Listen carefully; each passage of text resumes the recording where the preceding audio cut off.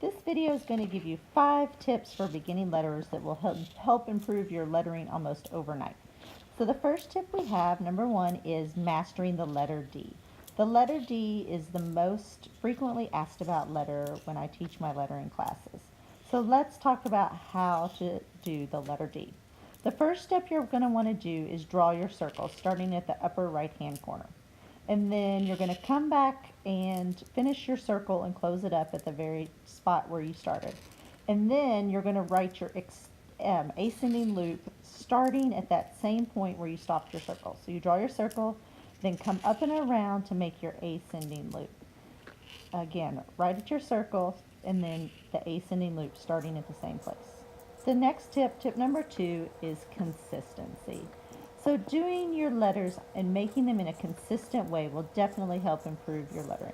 So the best way to do this is to get a worksheet. This is the Anyone Can Letter free worksheet series that I have on my blog that you can register for at the link at the bottom of this video. But just consistently practicing with a worksheet of some sort on a daily basis, just 10 minutes a day, can make a huge difference in your lettering. So get either my worksheet or some other free worksheets that you search online and just start practicing those strokes consistently over and over again until you get the hang of it. The next tip number 3, is pen choice. So it really doesn't matter what pen you start with as a beginner. The more important thing is to pick one and stick with it. So as you can see, I'm going through several different pen choices. This is the Pentel Foodie Touch, and you can see how it writes the word pen. And then I'll show you some other pens too.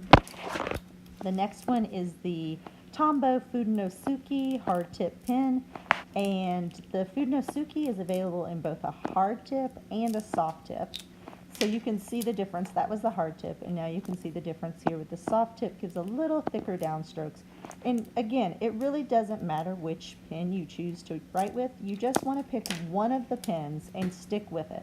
This is a Crayola Super Tip. It's a great one for beginners. It does not give quite as much a difference between the upstrokes and the downstrokes as some of the other pens, but it's a great beginner's pen. This is a Mirabelle pen, which I will review in a later video. It's a really flexible, thick brush pen. But again, just pick one and stick with it. Master all your letters with one pen. Each of these pens are so different in the way they write. It's really important to just kind of pick one and stick with it until you have mastered an alphabet. Then once you've mastered your alphabet, you can choose another pen to work with. That last one was the Artist Lost watercolor pen from Michaels, and it writes really similarly to the Tombow dual brush tip pen, which is what you're seeing here in the back. So just choose one of these pens or another brush tip pen you find and practice with it. All right, number 3 is to think about the letter O as a clock. When I heard this tip, it was life-changing for me, or at least game-changing for my lettering.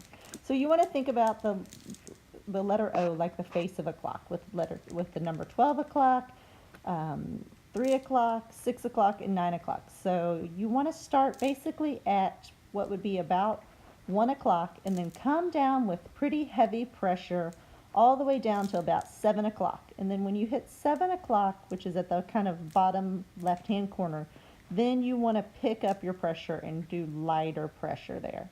And you're going to have your lighter pressure from 7 o'clock all the way back up to 1 o'clock where you started.